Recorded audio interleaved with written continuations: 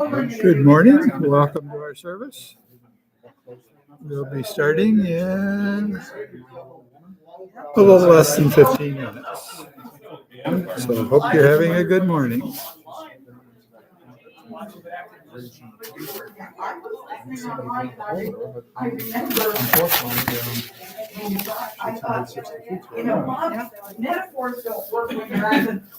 Hey, can I bother you to stand up there and make sure you look visible to me? Okay, so That I don't know anything about, and you got your job. I'll stay with that. Well, it should be in the program. It says who the sound person is today. Thanks. If I get smell. I have that same problem. I know. I think it's Almost as bad as opening those plastic vegetable and fruit bags in the grocery store. We were at the grocery store. This is really dumb, but we were at the grocery store the other day. That's a month ago. And watched some guy, we were having trouble. We were both trying to open a bag. Some guy went over to where the water drips on the lettuce. Put your finger in there. Put his finger in the lettuce. Yeah, that's what I always find out. What's it? Either that or a vegetable that's. But now you have to realize that bunch of lettuce that you got, Yeah. a dozen people have been handling it. It's Tom Schrader. They did it on Roby's, I think.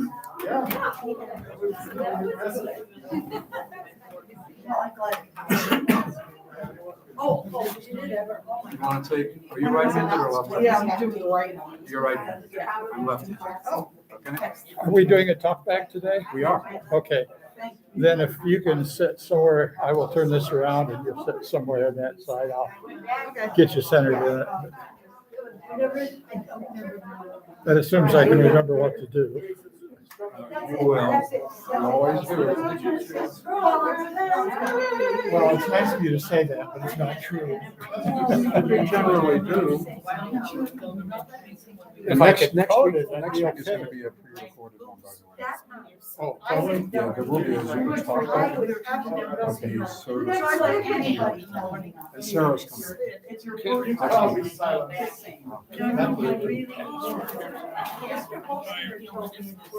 see, that's good. Don't you hate people like that? I would love to put everything, I can't tell you how many boy students I've had in my life where they came to me and said, could you make me happy? You know, my kindergarten teacher told me not to sing until the next 30 years. They were afraid to open their mouths. It was the most horrible.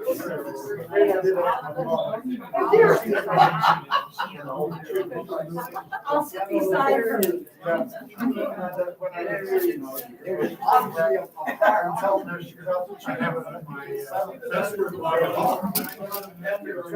Well, bless Mr. Paulson, he did say, and then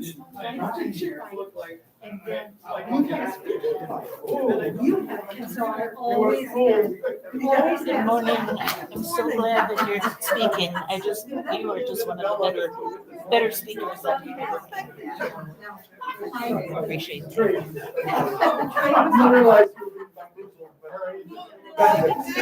Welcome once again.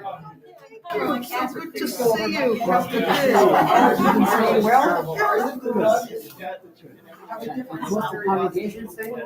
Yes. You made it. You got the preacher, you got the season, and sometimes. I have a faithful Lutheran who takes over. She came to me. It was like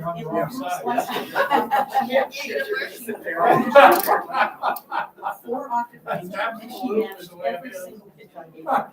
So what's the story behind it? Oh, she had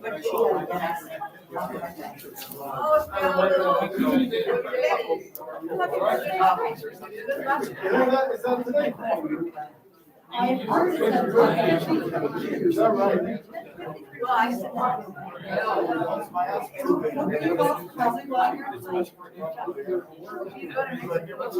Oh, my fault.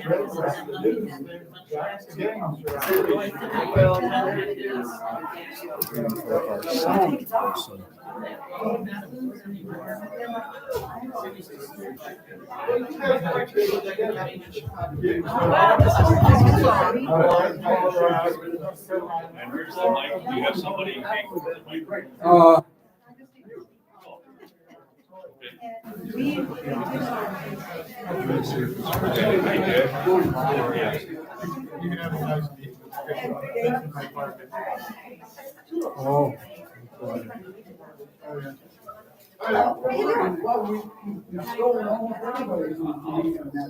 Right. Yeah, what's going on over there? You won't pull it up. It's got the sale sign on it.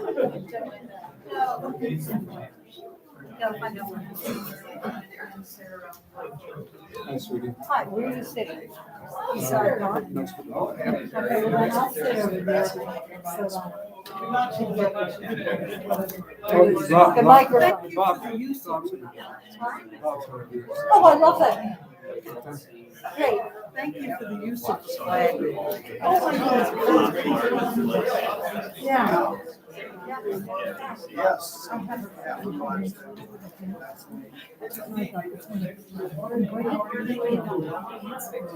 Well, I like, I'm kind of in the back.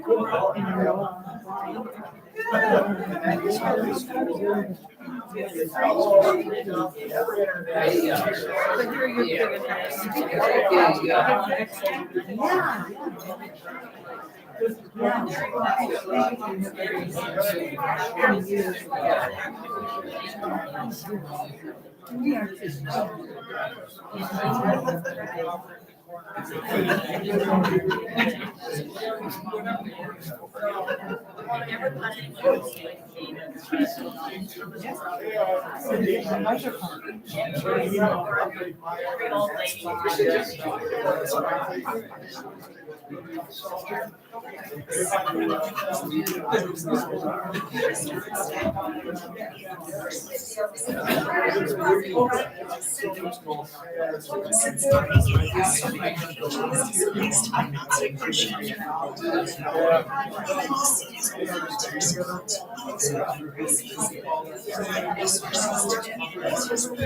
I need the microphone.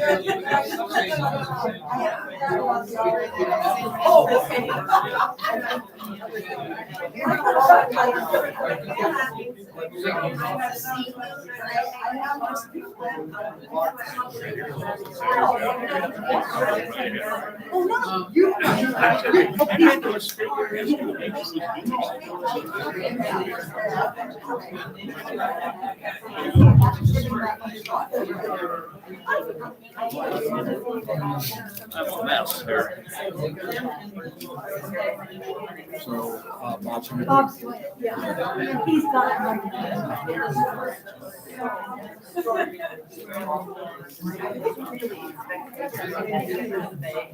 Yeah, I thought that they wanted something small.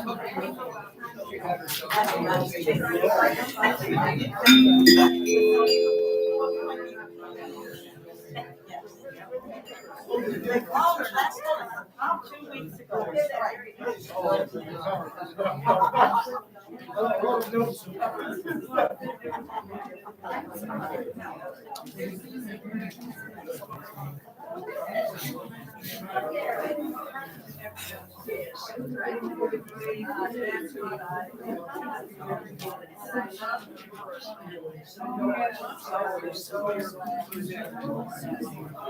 You want to hear? Oh, just. It's just great to see you. Alex, isn't it lovely?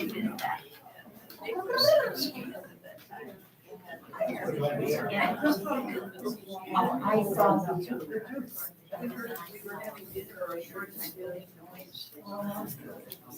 Got everything you need? There's no Alta boys here, I'm afraid. No, I'm the old boys. Excellent, all right.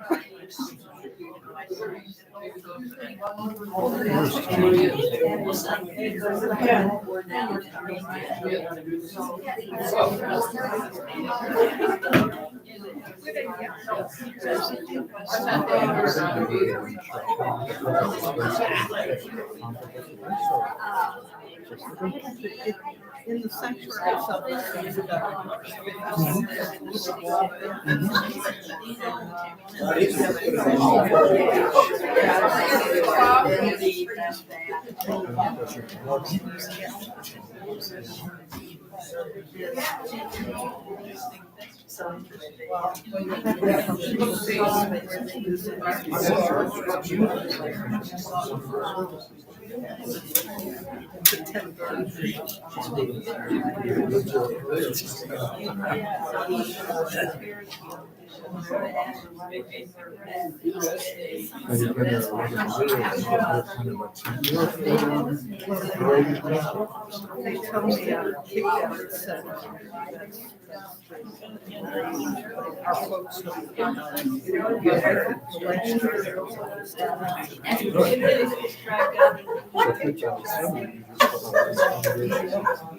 My mother used to say that it feeds the old president. You know, I went one day, it feeds the other. Yeah.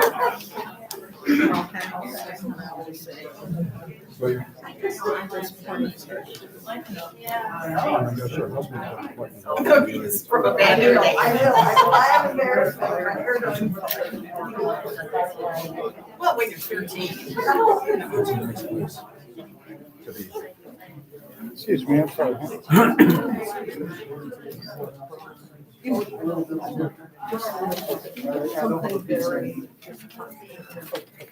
Can do that. I can do it. I'm going to prove it.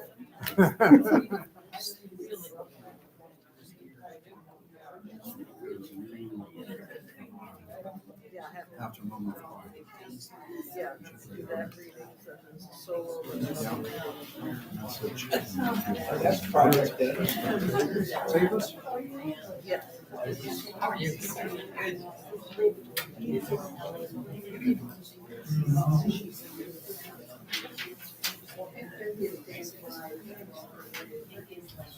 Good.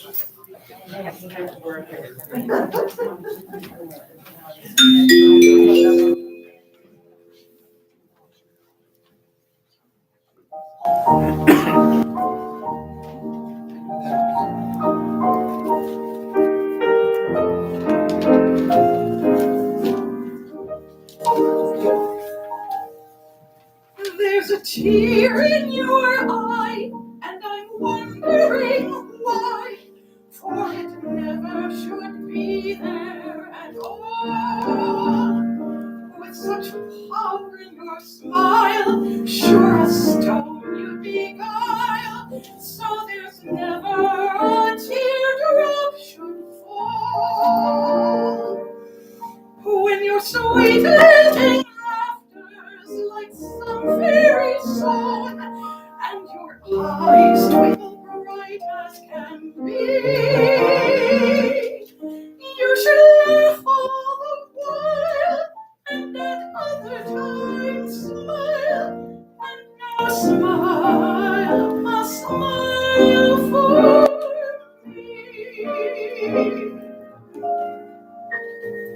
When Irish eyes are smiling, sure it's like the morning spring. In the little Irish laughter, you can hear the angels sing. When Irish hearts are happy, all the world seems bright and gay.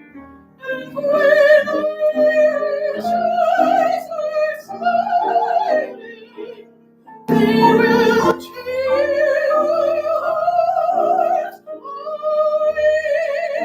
Come along.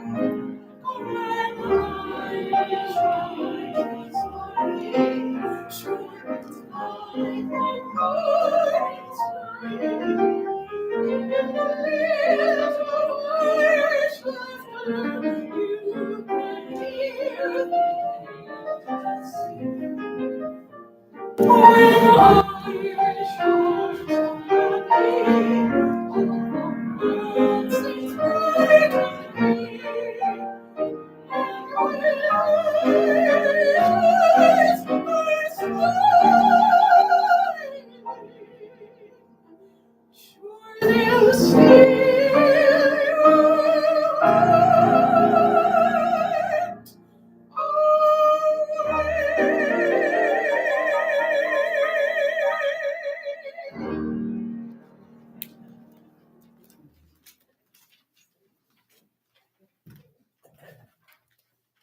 Thank you.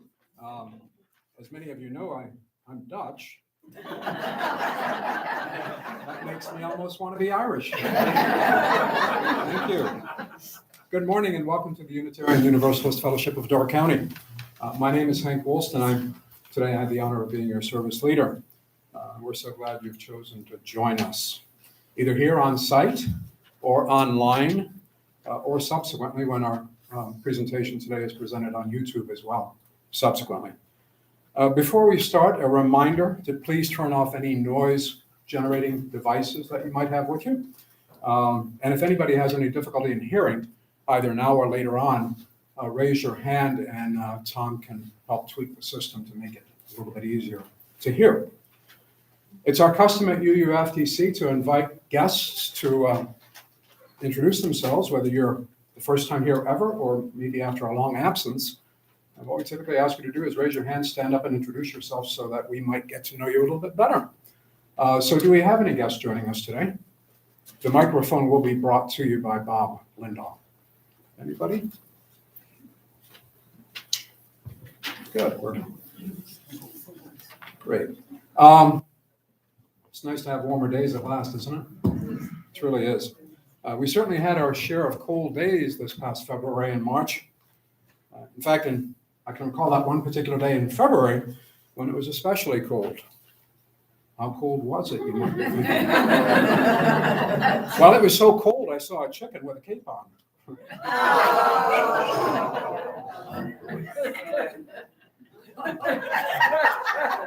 But now it's the 20th of March, the first day of spring. In just spring, when the world is mud luscious, the little balloon man whistles, far and wee. And Eddie and Bill come, running from marbles, piracies, and it's spring, when the world is mud luscious, puddle wonderful. The queer old balloon man whistles, far and wee. And Betty and Isabel come dancing from hopscotch and jump rope. And it's spring. And the goat-footed balloon man whistles, far and wee. That's from E.E. Cummings. chanson naissante. Today, we're joined by three familiar faces. Our fellowship will again resonate with the wonderful musical gifts, already has, of Cindy Steele, gifted mezzo-soprano, and founding member of our fellowship, by the way. If you didn't already know that, I'm sure you did. And Colin Welford, an internationally acclaimed conductor, composer, instrumentalist, and musical director, who now happily calls Door County his home. And of course, the message today will be presented by Pastor Don Volpe, minister of Ephraim Moravian Church for the past 11 years, and always the presenter of thought-provoking, engaging, inspiring stories. And today, appropriate to the calendar, discussing St. Patrick, Beyond Shamrocks and Myths. And Pastor Don has agreed to stay with us for about a half an hour following the service for our talkback session. And those watching can join us via Zoom as well. We probably will want to start that at about 11-ish or 11:05. Listen to Bob and the, what do you call that thing? The gong chimes. Okay. It's not a pianist, is it?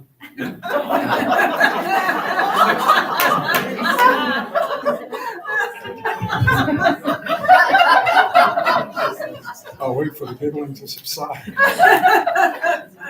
At this time, I'd like to invite any who have announcements to share them with the fellowship. And again, the same as what we had talked about with guests. Raise your hand, we'll recognize you, the microphone will come to you, and please share those announcements with us. Any announcements to be made from the floor? Please, Vicki.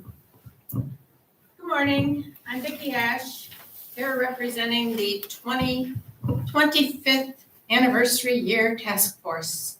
In case anybody missed the memo, 25 years and we're celebrating it for a whole year. Part of the celebration is giving ourselves gifts. And so I want to remind everyone, if you haven't gotten one of these extremely useful tote bags, which proudly proclaim who we are, please check after the service. There's a bunch in the back still, and we'd like them to get into use. I will give you one warning. They hold a ton of groceries. Don't let them overpack them at the pig, okay? Thanks. Just to clarify, we don't have a still in the back. We okay.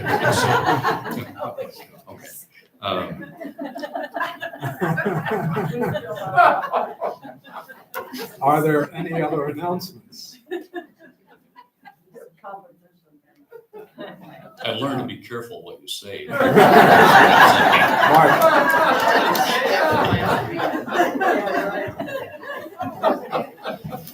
So just to reiterate that today begins our month of Sunday collections for the UU Service Committee's outreach to Ukraine. So give generously, please. If it's not designated to a pledge, it will go to the Service Committee. Thank you, Mark. And in fact, I will make a comment on that as well. Thank you. So, no, that's great. That's great. Vicki said earlier that a gift to ourselves. Let me share with you a gift on behalf of ourselves to someone else. In this particular case, to the beneficiary of the second quarter of our annual four quarters, obviously, of our community support initiative. Because we have reached a goal of $7,500, which we'll be giving in the form of a check to the Door Community Foundation, who will disperse that then to the Door County Food Pantry Coalition, $7,500. And so because of that, this is a third Sunday today, of course. Having made that goal, we figured $7,500, that's pretty darn good. I hope we can do that in all four quarters.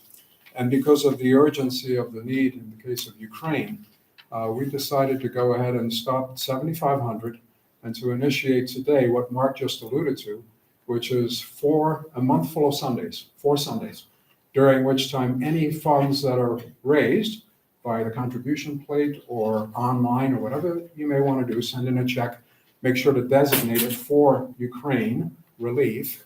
But we will take all those funds and we will consolidate them and send them to the Service Committee of the Unitarian Universalist Fellowship. It'll go to the UU Service Committee Emergency Relief Fund for Ukraine Response. Now, I don't know how familiar you are with the UU Service Committee, but it's a nonprofit, non-sectarian organization working to advance human rights together with an international community of grassroots partners and advocates. This work dates back to 1939, where there was another horrendous war in Europe, and they worked then to help refugees escape Nazism. You can learn more about the the Service Committee at uusc.org. I will now light the chalice.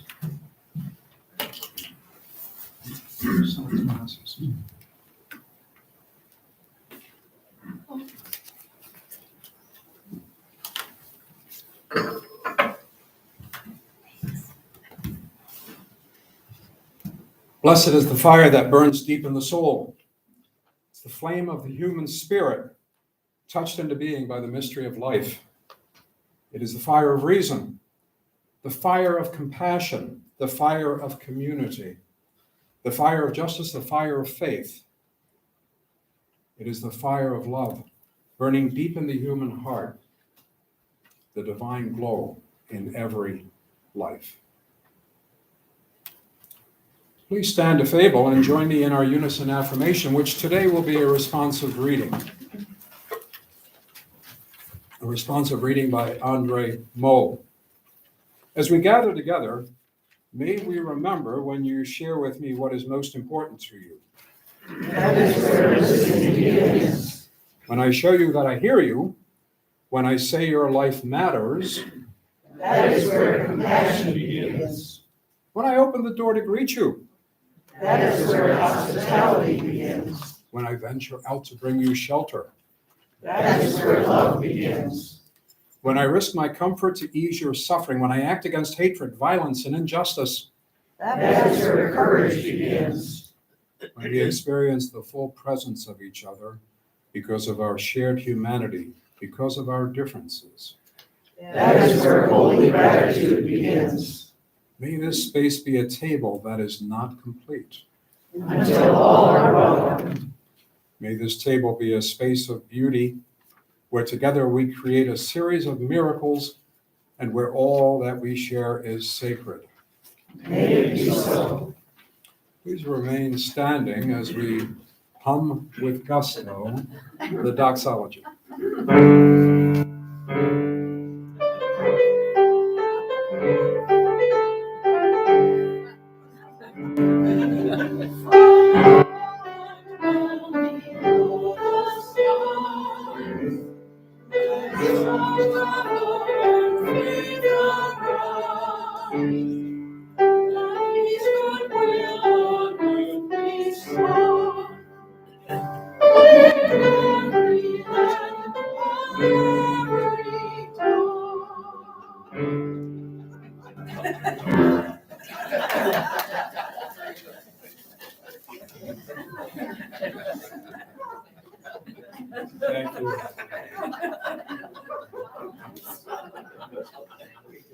Joy can lift the heart. Concern can weigh it down. Sharing with a community of friends can raise the joy to greater heights, or provide balm, lessen the weighty burden of concern. So if you have a joy or a concern that you'd like to share with us today, please do so. We invite you to share it with us. Raise your hand, and Bob will again come to you with the microphone. Bear in mind that this is live streamed, so if you want to say anything, be mindful of the fact that you don't want to say something without having that person about whom you're talking concur or that it's okay to share that, okay? Do we have any joys and concerns? And I have Cindy right here.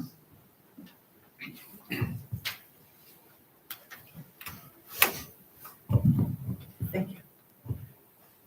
Concerning the gift to the UU Service Committee, I wanted to tell everybody that ages ago at the Appleton Fellowship, there was a little tiny woman. She was about this tall. Her name was Sonia, and we just loved her. She was just wonderful. And she spoke with a thick accent. And when someone there was introducing the UU Service Committee for a fundraising effort, she got up in the middle of that speech because she was so impassioned, saying, I was one of those little girls.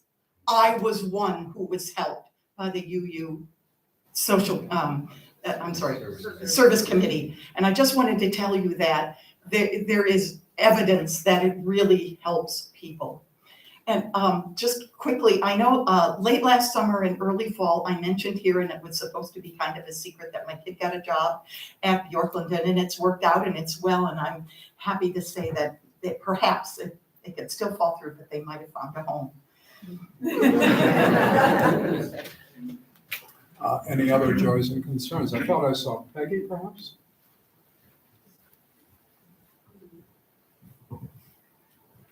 Well, it may be a little premature to say it's spring, but I'm very excited that music is in the air. And this afternoon at 3 o'clock at the Crest Center, Midsummer Music is presenting the Griffin Quartet, this wonderful young group. And they will be, hopefully you can still get a ticket. Just go online and see. I'll be there. Karen? You all might have read your recent issue of Pulse, and in it is a letter to the editor from our own Holly Lynn. You might remember her as Holly Nickerson. And Holly kind of adopted Dave and I as her extended grandparents. We're very fond of her, and her letter is moving. Please read it. Well, just a comment on that real quickly, because Holly Lynn will actually be our guest speaker next week, albeit it will be done via video recording because she's in New Jersey. But she's agreed to speak with us together with, she'll have a pre-recorded message with a dear friend of hers who is actually on the ground in Ukraine as we speak.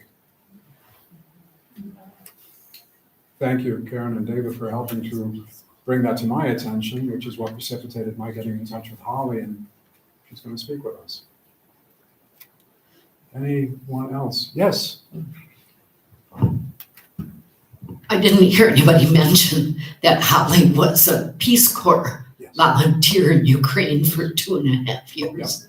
Yep.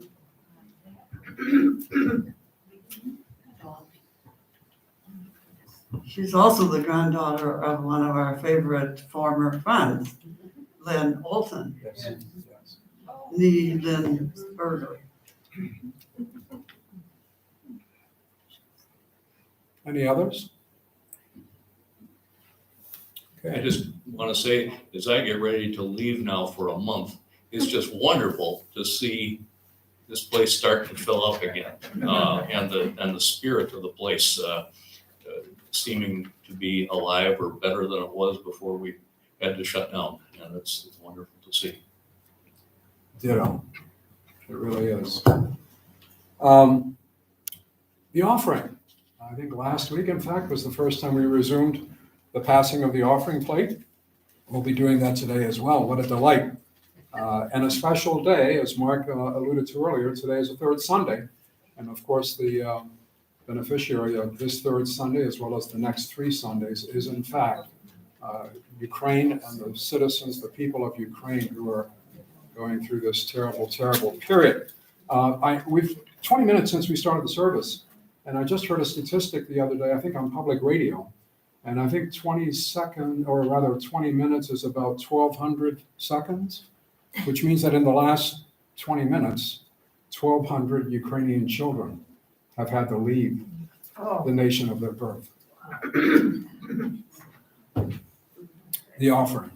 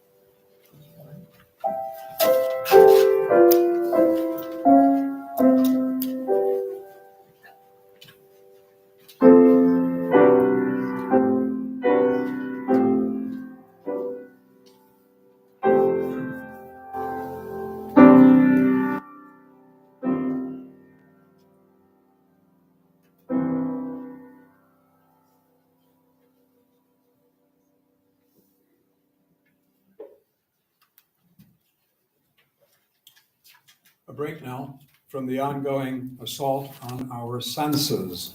Let us take a moment to quietly ponder and reflect, each to our own thoughts.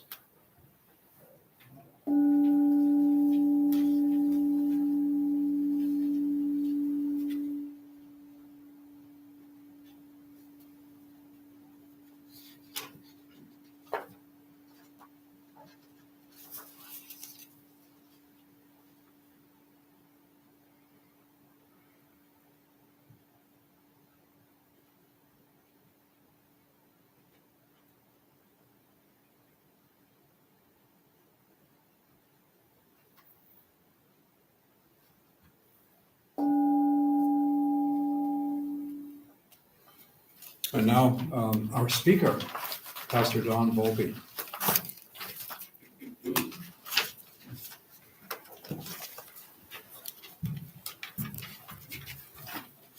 The first reading is taken from the Apostle Paul's second letter to the Corinthians. But we have this treasure in clay jars, so that it may be made clear that this extraordinary power belongs to God and does not come from us.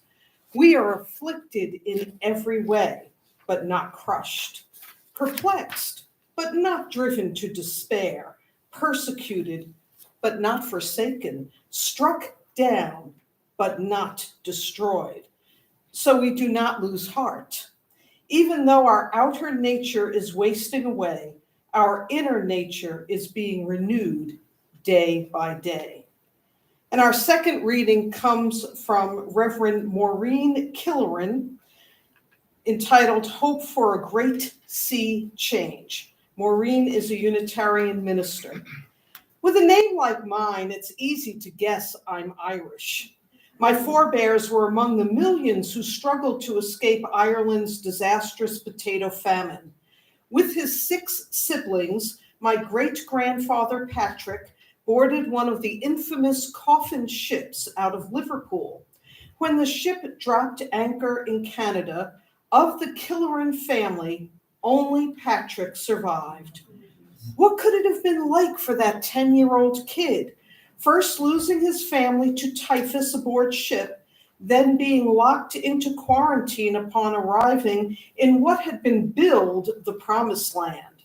The boy must have been strong, for Patrick somehow traveled to northern Quebec, where he grew up to become what family lore describes as a hard-drinking, hard-loving miner. In the 19th century, most Irish were poverty-ridden, dependent on a diet of potatoes. When a fast-moving blight devastated their only crop, people had nowhere to turn. Famine took over 1 million men, women, and children, while those who could have offered relief ignored or even rejoiced in their plight.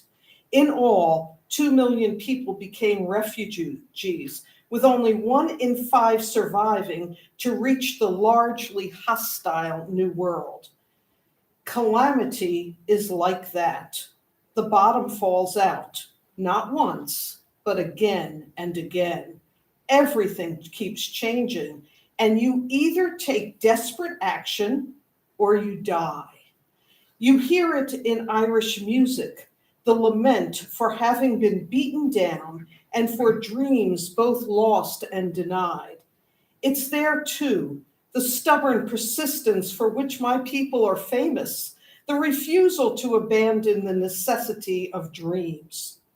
With another St. Patrick's Day having come and gone, I ponder the calamities and the strengths of my heritage. To do other than persist would be to dishonor those who have gone before. Too many things matter for me to give up. Life is too precious for me to say die. If desperate action is likely to be required, then I must gird myself with stories of strength. Although I barely see the further shore, I must hold fast to the conviction that we will get there, that love will not only survive, but thrive. Others have done it, so can I. God of stubborn persistence, be with me, for the days are dark and I am often afraid.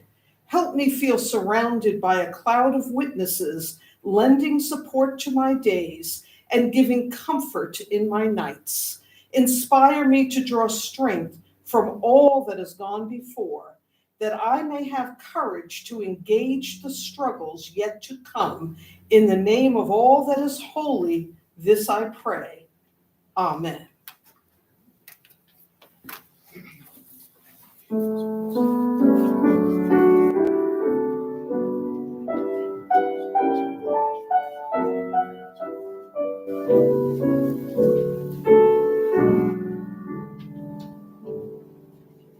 Oh, Daddy boy, the pipes are calling from glen to glen and down the mountain path.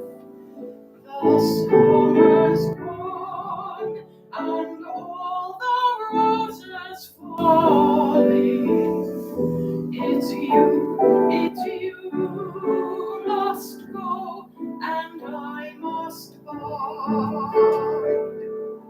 But come ye back when summer's in the meadow, or when the valley's touched and white with snow. I'll be there in sunshine or in shadow.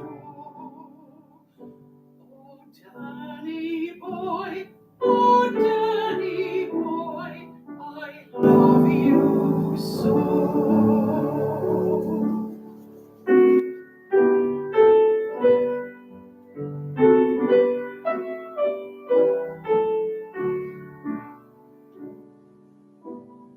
But when ye come and all the flowers are dying, if I am dead, as dead I may be, he'll come and find the place where I am lying, and kneel and say, and are they there for me? And I shall hear the soft dew tread above me, and all my grief will one sweeter be. For you will go and tell me that you love me, and I shall sleep in peace until you come to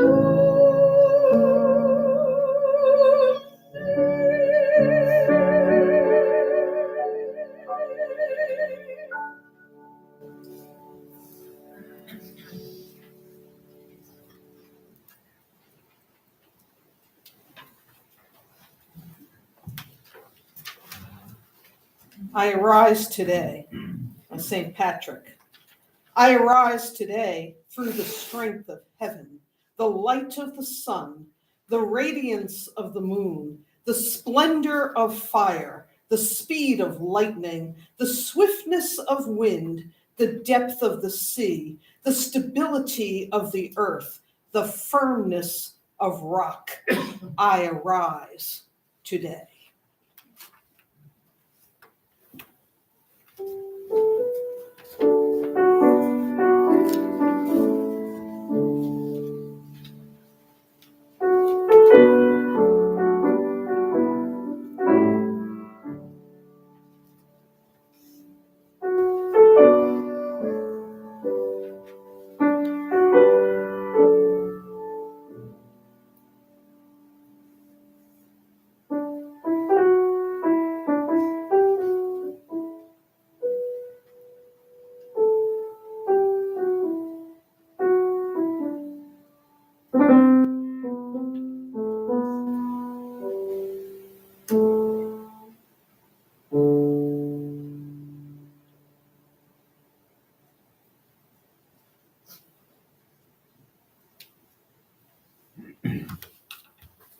Good morning. Such a joy to be in this sacred place with you beautiful people. I always enjoy coming here. I feel like it is my second home. I want to talk to you today about a magical person by the name of St. Patrick. Now, when I was a child, I loved to think of magical things because it was an escape. And I thought about St. Patrick and leprechauns and shamrocks and all the fun things that happen at St. Patrick's Day. But I love magic now, not the magic of the supernatural or the paranormal. That's just fluff. That's just magicians' tricks. What I love is the magic of real people. And St. Patrick was a real person, and I really didn't get to know him until later in life when I studied his words. Now, he was made out to be this larger-than-life figure, this legend, and legends are hard to follow. And legends can't leave us examples because they're so far and above us. But the real person, Patrick, is somebody I can emulate. You know about his background, some of you, that he was not actually Irish. Did you know that? He was a British boy. And he was born in the 5th century, and there were marauders who came to his shores, and at 16 years old, he was brought to Ireland as a captive. He was enslaved, trafficked in Ireland. And he was made out to be a shepherd boy for 6 years. He was enslaved on a farm and had to tend sheep and do whatever his owner told him to do. And it was in that period of life, as he was alone, bereft of his family, bereft of all that he held dear, that he developed an inner life, a life of the spirit. He said that sometimes he prayed 100 times a day. And after 6 years of captivity, he was told in a dream that it was time to leave. And so he fled his captors. He walked 200 miles to the shores and found his way on a ship back to his beloved Britain. He was reunited with his family after many years. And of course, they were so delighted to see him. He was in what we would call a middle-class family now. And they begged him never to leave. He went into the priesthood, and then he went to Ireland again. He knew the language, and he sailed away to evangelize Ireland. And that's where man and myth kind of go separate ways. Because if you listen to the myth, he was sent off with glorious shouts, with people praising him for his diligence. He was sent off at the bequest of the church because they were so concerned about Ireland that they wanted to bring the good news to Ireland. It's a myth. It didn't happen. The man went on his own. We know this because we have writings from Patrick.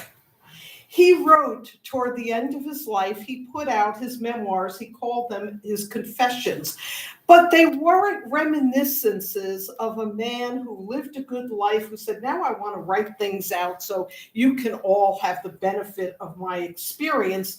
He wrote this out because the people back home had preferred charges on him, and he had to answer for himself. And so we have this gift of his confessions. There are no shamrocks in his confessions. There are no leprechauns. There are no duels with druids. But there was the man. And this is what he said about his trip to Ireland. There were many who forbade this mission. They even told stories among themselves behind my back.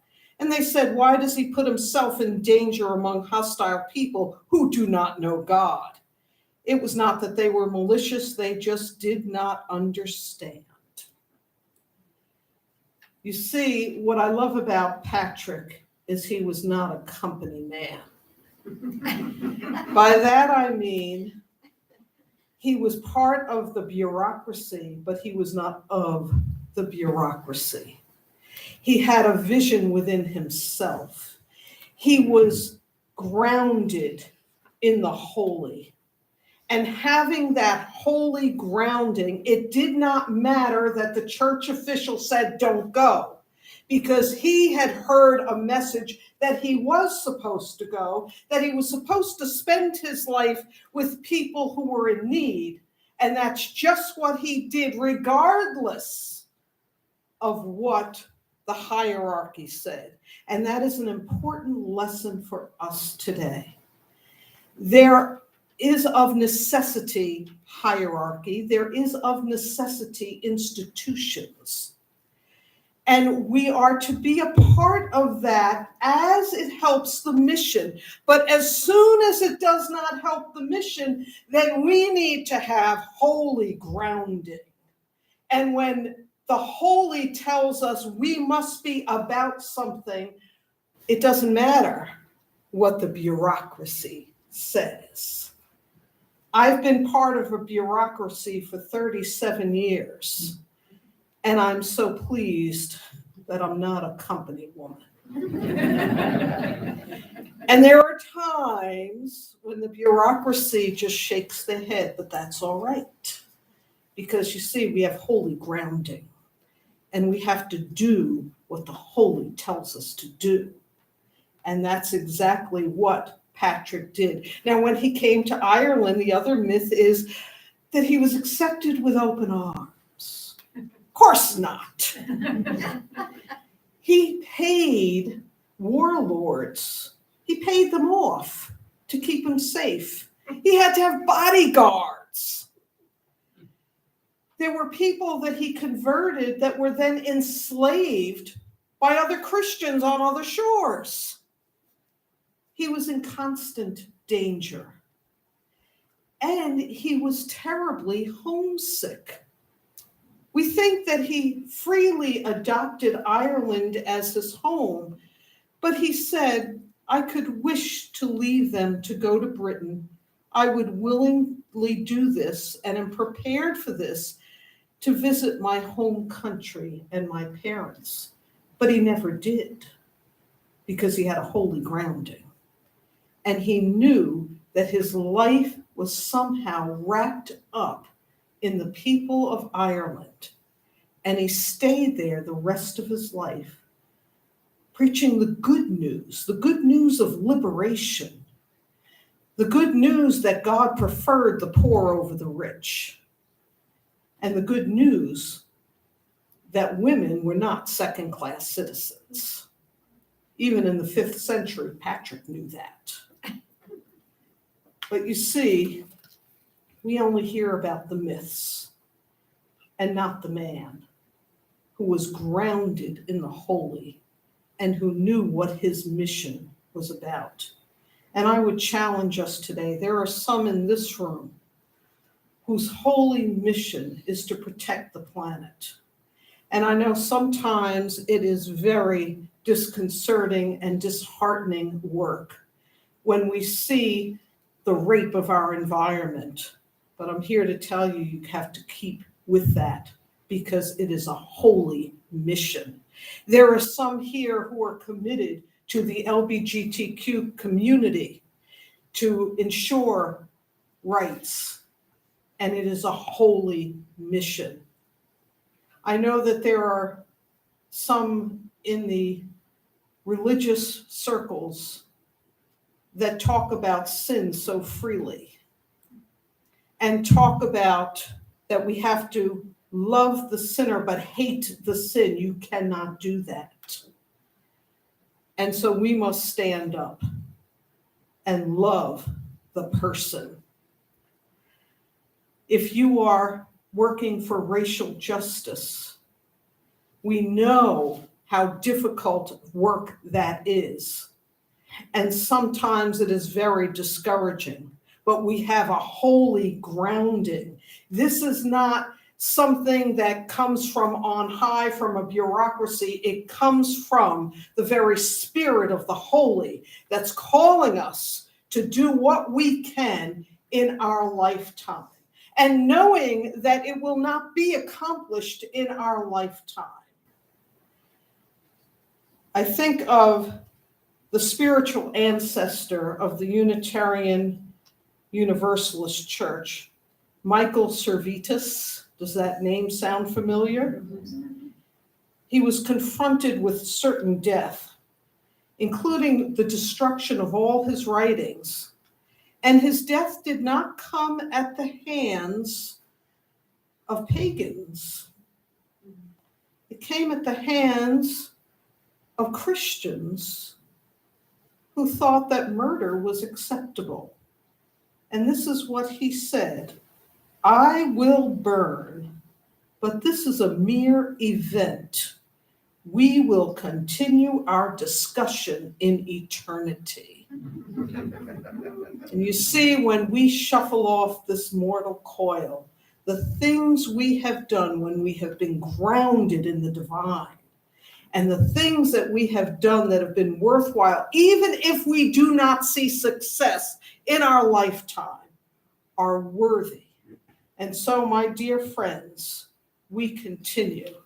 We continue in the face of destruction in Ukraine.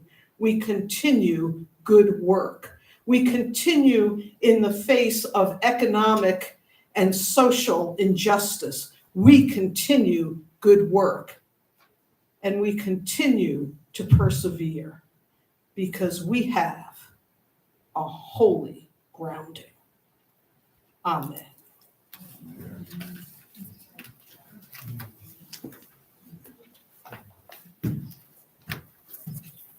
Thank you, Don. And now I'll extinguish the chalice with these words from Krista Tavis.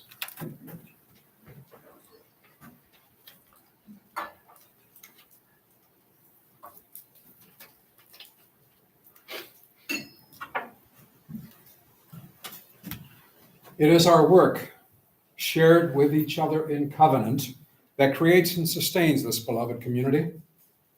We extinguish this chalice, but its light lives on in the directions we have chosen for ourselves today.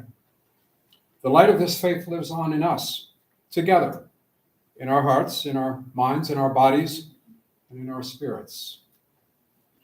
Amen. And blessed be.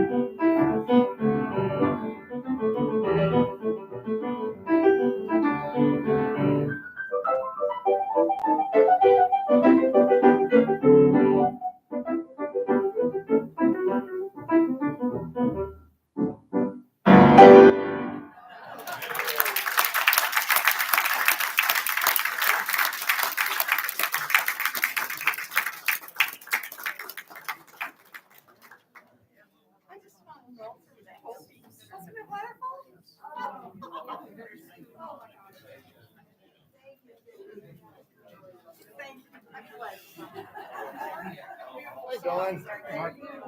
Thank you so much. I love it when you talk with such enthusiasm. Nice program.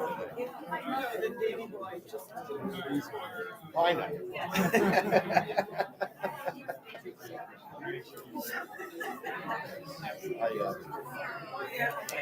have a story about my Irish ancestors. I immigrated back in the middle of the 19th century. They were weavers working in mills. And they knew that if they came to America, they'd be persecuted. So these two brothers spent a year on the Isle of Man so that they could emigrate from the Isle of Man. They didn't tell anybody they were Irish until they signed their citizenship. Now I have a whole branch of family that says, oh no, we're Scottish. We're not Irish.